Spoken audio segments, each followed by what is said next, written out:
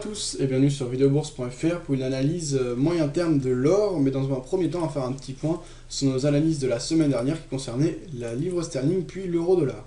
Alors sur la livre sterling face au dollar, on avait en 4 heures décidé de prendre une position à la vente suite au franchissement à la baisse de la trendline moyen terme que l'on pouvait dessiner ici, donc il trouvait ses plus bas début mai 2010.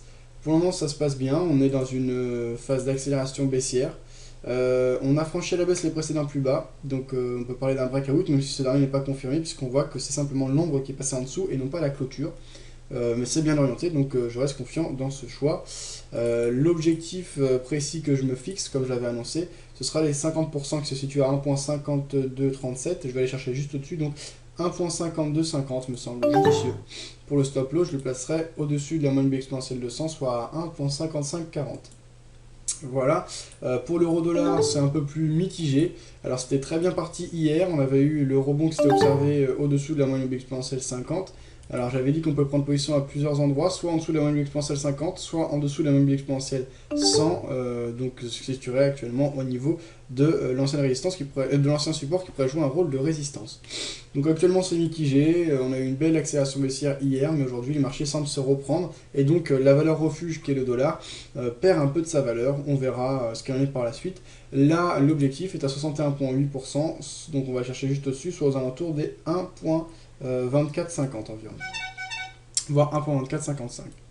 Alors, l'or, c'est le sujet de notre analyse moyen terme du jour.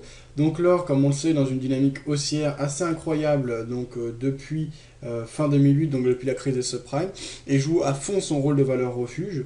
L'accélération est quand même incroyable, puisque le prix du once d'or a doublé en l'espace de à peine 2 ans. Donc c'est pas rien.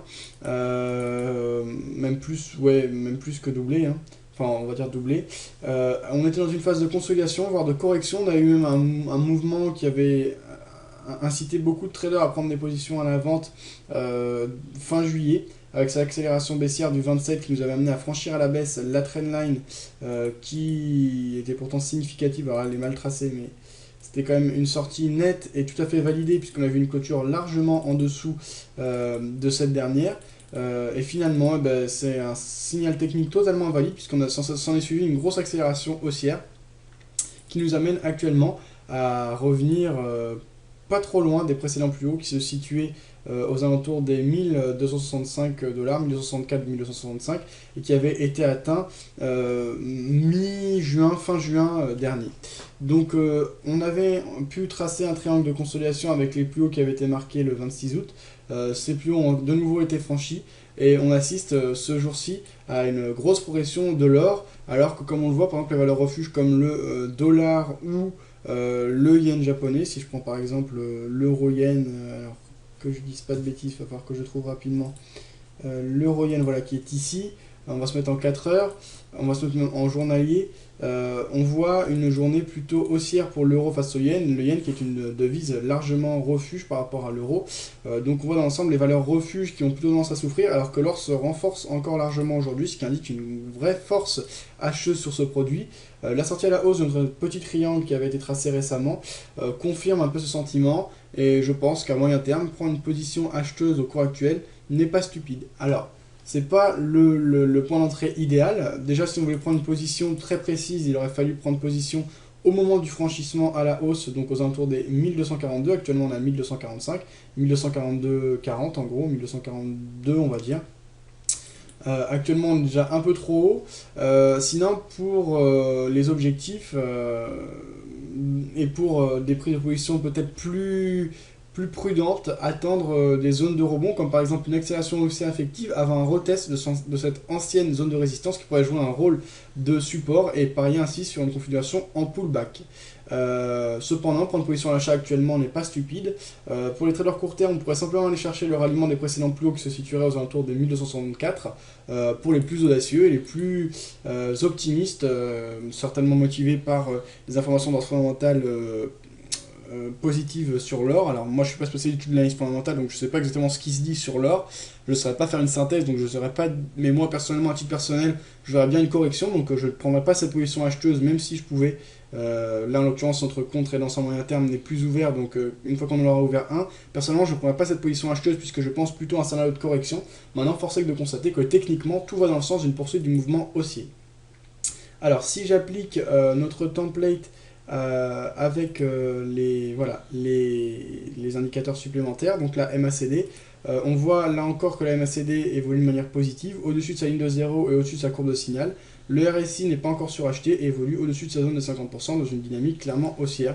On a une forte bougie haussière ce jour, donc tout coïncide et tout va dans le sens d'une poursuite du mouvement haussier. Les objectifs, comme j'ai dit, selon vos certitudes, notamment d'après l'analyse fondamentale, soit aller chercher techniquement les précédents plus hauts, donc juste en dessous par exemple à 1263,80, soit aller chercher de nouveaux plus hauts que vous pourrez fixer avec des données numériques ou avec des extensions de retracement de Fibonacci. Ça me semblerait pourquoi pas intéressant. Si on trace le haut du canal, en reliant les différents points hauts, on pourra avoir, voilà, par exemple ici, donc ça va pas être très précis, mais c'est pour se faire une idée, on pourrait avoir un objectif, alors il va falloir dézoomer, même on va passer en graphe weekly, voilà, ok. Alors, du coup, on a cette fenêtre, c'était les indicateurs, je vais enlever mes points pivots, voilà. Donc on aurait, pourquoi pas, voilà, on va se mettre en mensuel. Alors forcément, comme ça va être des plus hauts historiques, eh ben, on n'a pas beaucoup de repères. Mais on pourrait chercher voilà, les 1300$ sans problème, je pense, si on devait franchir les précédents plus hauts, ce qui n'est pas le cas pour le moment. Alors comme on le voit sur les différentes unités de temps, même à plus long terme, eh bien c'est aussi une dynamique clairement haussière, avec des petites divergences quand même observées sur le RSI ici en graphe mensuel, avec des plus hauts qui peinent à marquer des plus hauts que les précédents. C'est encore plus flagrant sur les derniers pics haussiers. Donc ça c'est intéressant et c'est un signal technique qui va plutôt dans le sens d'une éventuelle correction. Donc d'une éventuelle prudence et plutôt du choix d'un signal, plutôt du choix d'un objectif qui se fixerait juste au-dessous des précédents plus hauts que d'aller chercher les nouveaux plus hauts. Pas grand chose de plus à signaler, donc techniquement c'est haussier. Les objectifs pourront être fixés selon vos certitudes par rapport à la poursuite de la dynamique haussière et ça dépendra largement du climat économique global puisqu'on le sait, l'or joue un rôle de valeur refuge plus importante que toutes les autres valeurs refuges. Si on a des marchés qui se reprennent, les investisseurs qui reprennent confiance dans les marchés financiers et dans l'économie en général, on devrait avoir l'or qui souffre et marquer une phase de correction. Pour ma part, techniquement, je constate qu'on n'a que les signaux haussiers et qu'il faut privilégier les positions acheteuses. Je ne suis pas convaincu de la poursuite de la dynamique haussière à moyen terme, notamment d'un point de vue fondamental, même si je ne suis pas spécialiste. Donc je resterai neutre. Je conseille la prudence avec plutôt une prise de position sur pullback qu'une prise de position dans des figures de continuité, avec des stop loss serrés, des objectifs relativement importants, en respectant un ratio au moins de 2 points, c'est-à-dire un objectif 2 fois plus grand que le stop loss. Voilà, écoutez, bonne journée à tous et à bientôt sur videobourse.fr.